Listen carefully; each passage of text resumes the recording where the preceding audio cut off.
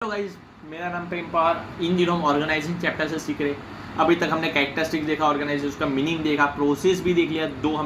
एक हमने देखा लीनियर ऑर्गेनाइजेशन, फंक्शनल ऑर्गेनाइजेशन। आगे हम देखते हैं formal organisation and informal organisation. Formal organisation इतना सिंपल है कि उसमें जो प्री डिटरमाइंड गोल होते हैं उसको अचीव करने के लिए वर्क करते हैं। उसको अचीव करने के लिए सब लोग मिलकर वर्क करते हैं और उनके अंदर ऑटोमेटिकली फॉर्मल जो स्ट्रक्चर है वो इस्टेब्लिश, वो फॉर्मल स्ट्रक्चर रिलेशनशिप एक पीपल से दूसरे पीपल में इस्टेब्लिश हो जाता है। साथ में वर्क करते तो उनमें ऑटोमेटिकली फॉर्मल स्ट्रक्चर जो होता है रिलेशनशिप वो इस्टेब्लिश हो जाता है। उसको हम फॉर्मल ऑर्गेनाइजेशन बोलते हैं।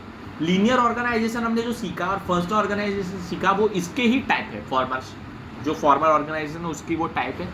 ये इतना इंपॉर्टेंट नहीं क्योंकि हम समझे कि इसकी कैरेक्टरिस्टिक ये फॉर्मल स्ट्रक्चर है। इसमें फॉर्मल स्ट्रक्चर यूज हुआ जाता है।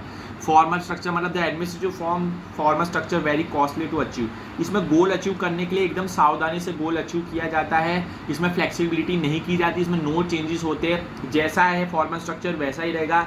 No changes are required. इसमें कोई चेंजेस नहीं आएगी। जैसा है वैसे ही रहेगा। जैसे ये इसमें लिखा है जो असाइंड होता है जैसा पहले से लिखा हुआ है वैसे होगा। तो एम्प्लॉयज आर नॉन चेंजेबल है, नॉन अल्टरेबल, वैसा ही है।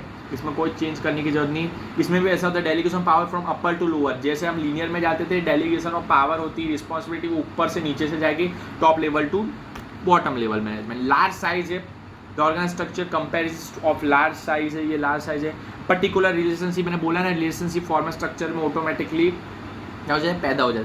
कम्युनिकेशन जिसमें हम एग्जांपल देंगे, अगर कोई को छुट्टी चाहिए तो वो क्या करेगा, अपने हेड को मेल लिखेगा, फिर वो मेल देखेगा, वो इंटरप्रिटेशन करेगा, फिर ऊपर भेजेगा, फिर आने में टाइम लगेगा। फॉर्मल स्ट्रक्चर है वो एक क्या बोलते हैं रूल के हिसाब से वो अपना जो काम कर रहा है। और इनफॉर्मल स्ट्रक्चर वो डायरेक्टली बात कर रहा है। ये इनडायरेक्ट और डायरेक्ट इंग्लिश का नहीं है।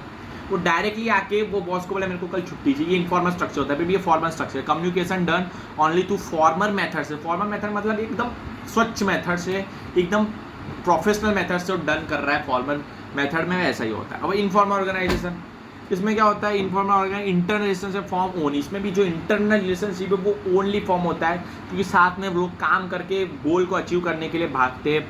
क्योंकि उनको क्या चाहिए, प्री डिटरमाइन जो गोल सेट किया है प्लानिंग में उसको वो अचीव करते हैं। इनफॉर्मल ऑर्गेनाइजेशन में वही ये क्या है, shadow formal structure of organisation. ये इसको क्या बोला है, एक क्या बोला है, परछाई बोलिए फॉर्मल स्ट्रक्चर ऑफ ऑर्गेनाइजेशन की। हाँ, इसमें भी हम देखेंगे इनफॉर्मल स्ट्रक्चर तो फॉर्म होगा, नेचुरली फॉर्म होगा रिलेशनशिप, क्योंकि सब साथ में काम कर रहे हैं। बेस्ड ऑन ह्यूमन रिलेशनशिप में ही बेस्ड है। अगर साथ में काम करेंगे ह्यूमन रिलेशंस बढ़ेगा। जैसे आप समझ लो साथ में काम करें तो जैसे अभी मैं काम कर रहा हूँ एक जन में, वहाँ तो इतने लोग हो गए तो सबके साथ मेरे अच्छा रिलेशन नहीं होगा।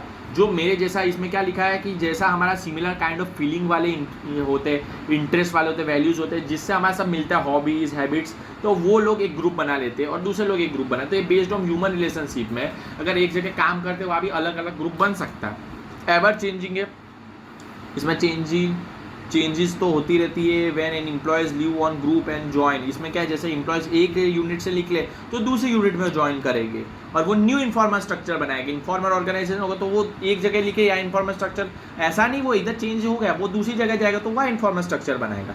यूनिवर्सल ये जो इन्फॉर्मल ऑर्गेनाइजेशन है ये सिर्फ बिजनेस में लागू नहीं होता है, कोई भी चीज़ में लागू होता है। दुनिया की जो भी चीज़ ले लो, अगर आप समझ लो पढ़ाई में भी इन्फॉर्मल स्ट्रक्चर क्या होता है, इन्फॉर्मल कम्युनिकेशन लागू होता है। अगर चलो मेरे को आज एक क्वेश्चन नहीं आया, अगर मेरे को ओसीएम में से नहीं, अगर मेरे को अकाउंट में से डाउट है तो मैं सीधा धर्मेश सर को बोलूँगा सर मेरे को अकाउंट नहीं आ रहा है, ये टॉपिक से, ये इन्फॉर्मल टॉक किया मैंने, इन्फॉर्मल कम्युनिकेशन कर रहा हूँ। स्मॉल साइज मतलब most probably size of kind of organise structure, very small because dependent on individual relationship. ये जो ऑर्गेनाइजेशनल साइज है ये जितने भी हमने अभी ऑर्गेनाइजेशन के सबकी कंपेयर में छोटा सा है।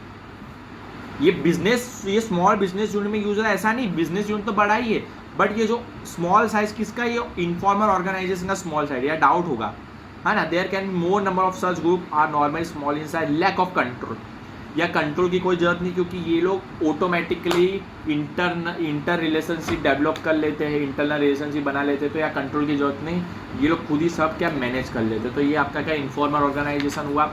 इन दिनों हमने इनफॉर्मल ऑर्गेनाइजेशन से भी देख लिया। अब सारे हमारे कंप्लीट हो गए। अब सिर्फ हमारा मेन मैट्रिक्स ऑर्गेनाइजेशन बाकी है, उसको भी हम अलग वीडियो में समझेंगे। आज हमारा तीसरा दिन था, अच्छा गया, मज़ा आया। तो हम मिलते हैं नई वीडियो के साथ।